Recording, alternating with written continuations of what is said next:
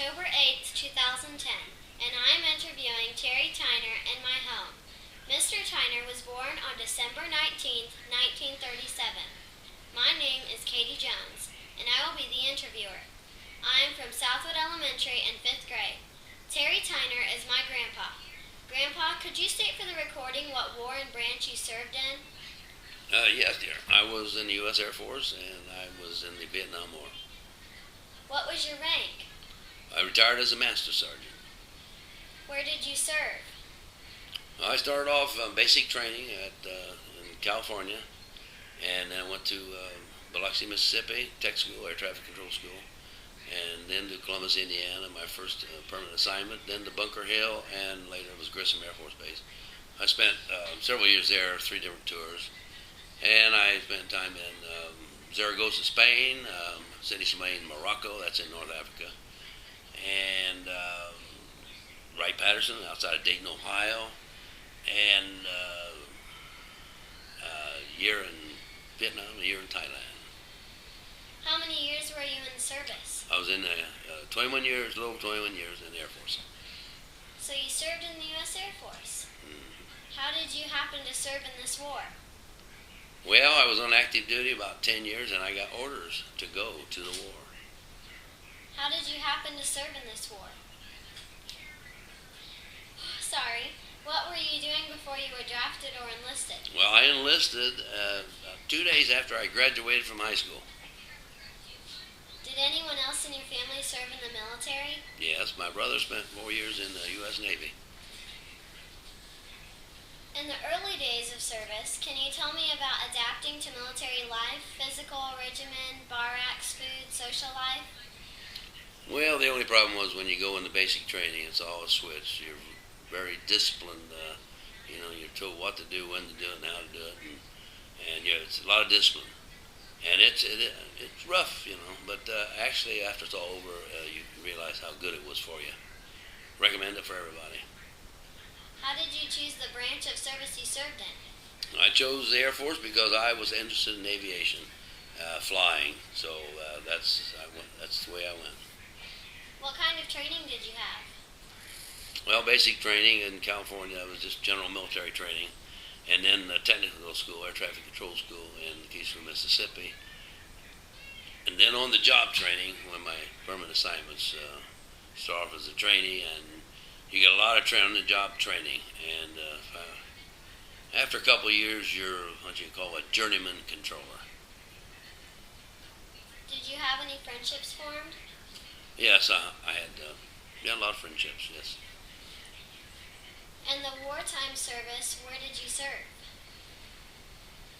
Wartime service was actually in the war was Vietnam, and then prior to that I spent a year in Thailand, Bangkok International Airport, which we supported the war.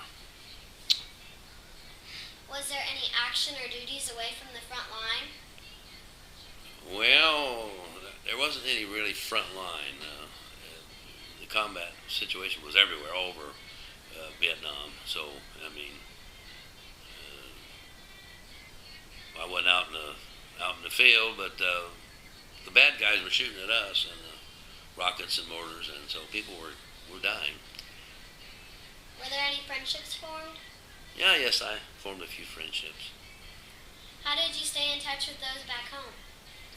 Oh, an occasional, very infrequent letter to my mother, my wife, and son.